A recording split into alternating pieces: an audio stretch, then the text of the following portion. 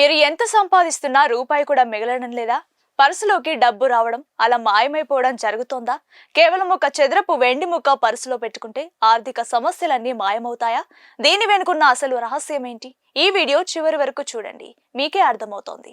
జ్యోతిష శాస్త్రం ప్రకారం వెండి చంద్రుడికి ప్రతీక. చంద్రుడు మనసుకి, ధన ప్రవాహానికి కారకుడు. ఎవరి జాతకంలో అయితే చంద్రుడు బలహీనంగా ఉంటాడో వారికి అనవసర ఖర్చులు పెరుగుతాయి. చదరపు ఆకారం స్థిరత్వానికి చిహ్నం.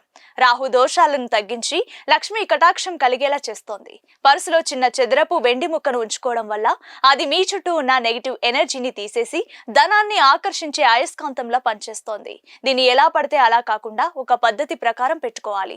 ఏదైనా ఒక సోమవారం నాడు శుద్ధమైన వెండి ముక్కను తీసుకోండి. దానికి పసుపు, కుంకుమ పెట్టి పూజ గదిలో ఉంచి ప్రార్థించండి.